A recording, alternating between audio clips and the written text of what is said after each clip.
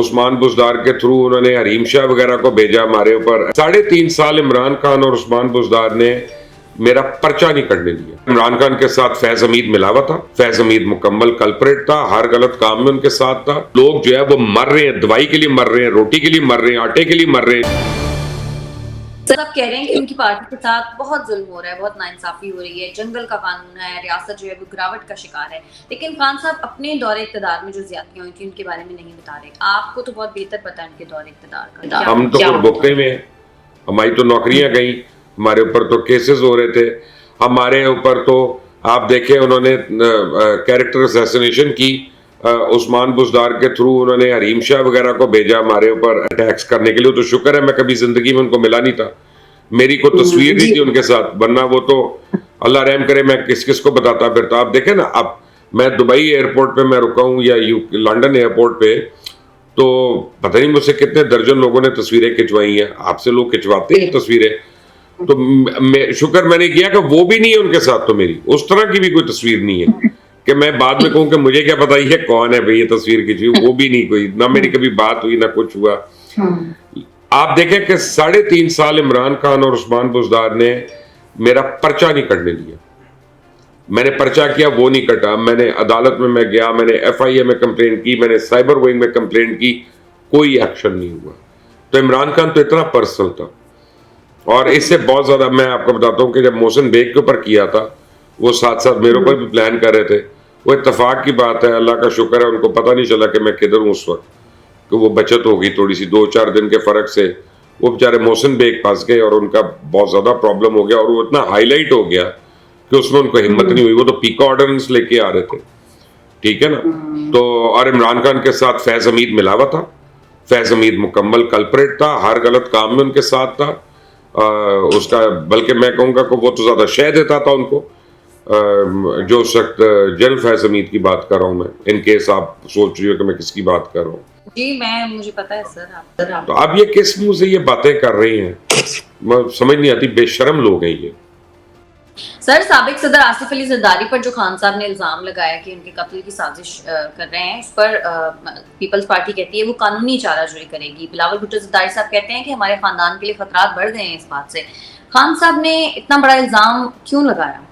خان صاحب نے کبھی الزام لگاتے ہوئے سوچا, پہلے کبھی سوچا, ہمیشہ الزام لگایا, اسے ریٹریکٹ کیا, عدالت میں جا کے کہہ دیا میں تو سیاسی بیان دیا. وہ 35 پنچر والا یاد کر لیں, وہ نجم سیٹھی کے اوپر جو کیا تھا, وہاں پہ بھی معافی مانگ کے آ گئے تھے.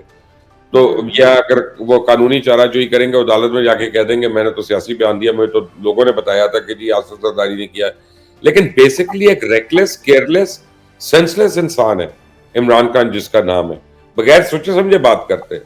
اور اب کل کو اگر آپ کو پروف کرنا پڑ جائے, آپ کیسے پروف کریں گے؟ چلے مجھے یہ سمجھائیں, ٹھیک ہے نا. تو نہیں کر سکتے آپ, تو اس کا مطلب ہے آپ وہ ہاریں گے کیس, یا آپ معافی مانگ کے آ جائیں گے.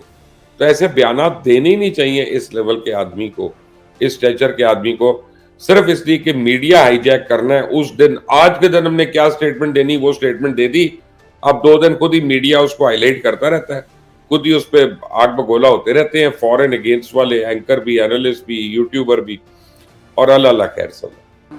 سر ایک طرف الیکشن کی تاریخ جلد اعلان نہ کیے جانے پر عدالت سے رجوع ہو رہا ہے, دوسری جانب یہ قیاس آرائیاں بھی کی جا رہی ہیں کہ گورنرز اور وزرائے اعلیٰ جو ہیں وہ ایک خط لکھنے کی تیاری کریں الیکشن کمیشن کو کہ اتنی جلدی الیکشن جو ہیں پاسبل نہیں ہے, اور امن و امان کو اس کی وجہ بنایا جا رہا ہے. یہ ہو سکتا ہے, یہ ہو سکتا ہے, اور اس میں کافی دم ہے. اور میرا خیال ہے کہ پنجاب کی سطح پہ تو یقیناً یہ تیاری ہو رہی ہے. KPK کا میں فور شور کہہ نہیں سکتا, لیکن پنجاب کی سطح پہ مجھے پتہ لگا ہے کہ یہ کافی سیریسلی سوچ رہے ہیں کہ الیکشن کمیشن کو ڈفرینٹ ریزنز بنا کر بتائیں کہ ہم کیوں الیکشنز نہیں کروا سکتے. اور اس کو کیونکہ 3 مہینے کے بعد جنرل الیکشن ہو جانا ہے, تو اس کو جنرل الیکشن میں ضم کر دیں, تاکہ جو یہ نگران حکومت ہے یہ 6 مہینے تک چلی جائے یا 8 مہینے تک چلی جائے. یہ خور ہے, اس پہ میرا خیال ہے سر جوڑ کر بیٹھے ہوئے ہیں اور سوچ رہے ہیں کہ کیا جواب ہو سکتا ہے. سر یہ میرے پاس کسی اخبار کی ایک نیوز ہے جس میں ہے کہ وزیر اعظم کو بد دعائیں دینے پر پہلا مقدمہ درج ہو گیا. مردان کا کوئی شہری ہے, وہ خان صاحب کو بھی بد دعائیں دے رہا تھا, وزیر اعظم کو بھی. اس پر اب مقدمہ درج ہو گیا ہے، یعنی لوگ جو اپنی فرسٹریشن نکالتے ہیں اب وہ نہیں نکال سکیں گے. اور ویسے obviously یہ چیز غلط ہے، آپ کسی کو اس طرح کھلے عام بد دعائیں نہیں دے سکتے. صحیح بات ہے. لیکن جب عمران خان جو ہے وہ آدھی دنیا کو بدوائیں دیتا رہے، چاہے ڈی آئی جی ہو، چاہے آئی جی ہو، چاہے چیف سیکرٹری ہو، چاہے ایس ایچ او ہو، چاہے کوئی میڈیا والا ہو، چاہے صحافی ہو، چاہے اینکر ہو، وہ جائز ہے، وہ جائز ہے، وہ صحیح کر رہا ہے. عام آدمی جو ہے وہ بیچارہ پھنس جائے گا.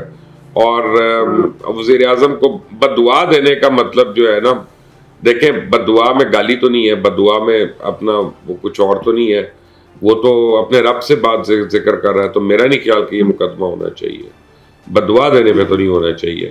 ہاں برا کہنے پہ ہو سکتا ہے، آپ کو غلط برائی کرنے پہ ہو سکتا ہے، اس کے خلاف آپ اگر نیگیٹو کیمپین کر رہے ہیں جو کہ جھوٹ پہ ہے تو اس پہ ضرور ہونا چاہیے. اب میں کہہ رہا ہوں کہ مریم نواز کو کیوں پولیس والے لینے گئے ہیں، اور غلط کر رہے ہیں وہ جو لینے گئے ہیں، اور جو انہوں نے بھیجا ہے وہ بھی غلط کر رہے ہیں. تو یہ کیا بددعا ہو گئی، یہ جھوٹ ہو گیا؟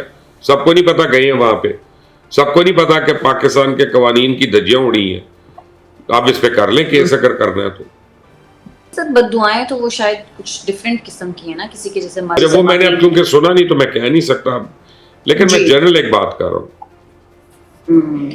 ٹھیک ہے مبشر صاحب، بہت شکریہ آپ کا. میں نے بھاویش ایک بات بتا، جی سر. میں نے نا میں جب کالج میں تھا نا تو میں نے ایک پولش پوئم پڑھی تھی. اس پوئم کا ایک شعر جو ہے نا وہ اردو میں اس کا ترجمہ آپ کو بتاتا ہوں. اور اس کا ایک بیک گراؤنڈ ہے کہ بارش ہوئی ہے، ختم ہوئی ہے، اور یہ وہ ٹائم ہے، اور اس کے بعد نا تالاب میں سے مینڈک جو ہیں وہ نکل کر بول رہے ہیں. تو اس کے اوپر پوئم کا ایک وہ شعر جو تھا وہ یہ تھا کہ بچے مذاق سے مینڈکوں کو پتھر مار رہے ہیں، بچے مذاق سے مینڈکوں کو پتھر مار رہے ہیں، اور مینڈک انتہائی سنجیدگی سے مرتے جا رہے ہیں. تو ہمارے ملک کی اشرافیہ کو یہ بھی سوچنا ہے کہ ہم جو اپنی جھوٹی عزتیں بنا کر رکھی بھی ہم جو عالی شان محلوں میں رہ رہے ہیں، اور لوگ جو ہے وہ مر رہے ہیں، دوائی کے لیے مر رہے ہیں، روٹی کے لیے مر رہے ہیں، آٹے کے لیے مر رہے ہیں، اپنے بچوں کی تعلیم کے لیے وہ ذلیل ہو رہے ہیں. تو وہ چپ کر کے وہ بڑی سنجیدگی سے مر رہے ہیں. ان کے لیے ان کو بھی سوچنا چاہیے کہ آج بد دعائیں ہیں، کل کو خدا نہ خواستہ انقلاب بھی ہو سکتا ہے اگر یہ ان کی حرکتیں نہ بدلی تو. اور سر جو سچویشن اس وقت ہے نا، ایسا لگتا ہے کہ جیسے انقلاب آ جائے گا. اللہ رحم. بہت شکریہ مبشر لقمان.